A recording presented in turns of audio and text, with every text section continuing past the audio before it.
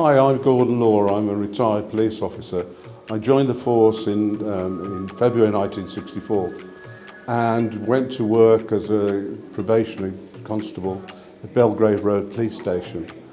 In those days, we didn't have radios, and the only form of communication that we had was with the police whistle, which we carried in our top left-hand pocket, and that's quite important. On that night in January 1966, I was on patrol in Balsall Heath, which was a pretty rough area. I was given information that there were a number of men breaking into the premises and stealing the lead off the roof at St Luke's School just off Bristol Street.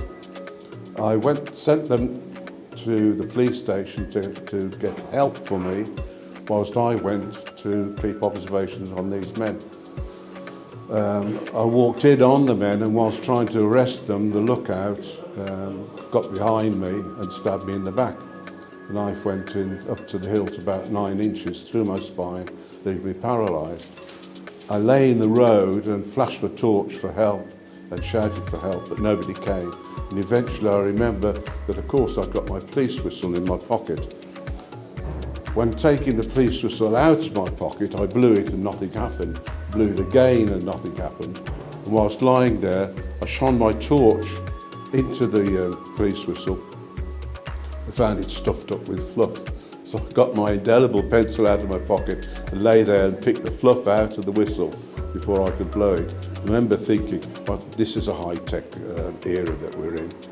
Then after I'd blown my whistle, it was heard in a house about 65 yards away, and the owner, his father, sent this young lad, Robert, out. He was about 9 or 10 years old, who found me lying in the street.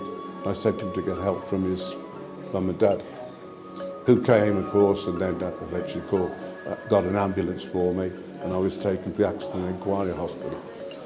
Whilst there, I had my 21st birthday in hospital, before finally coming out and was unable to work again.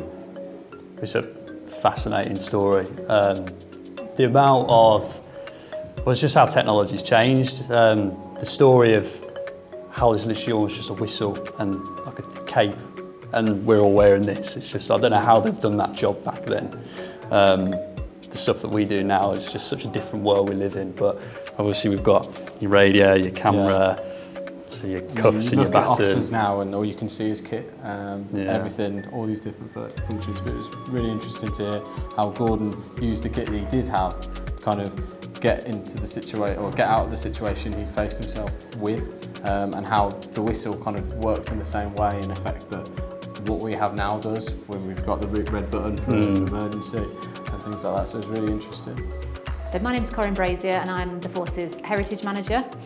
This is one of my favourite things to do in the museum, is to talk to people, to hear their stories of policing from any time over the past 50, 60, 70 years, to understand how things have changed, some of the incredible stories that people have, like Gordon, who we've met today.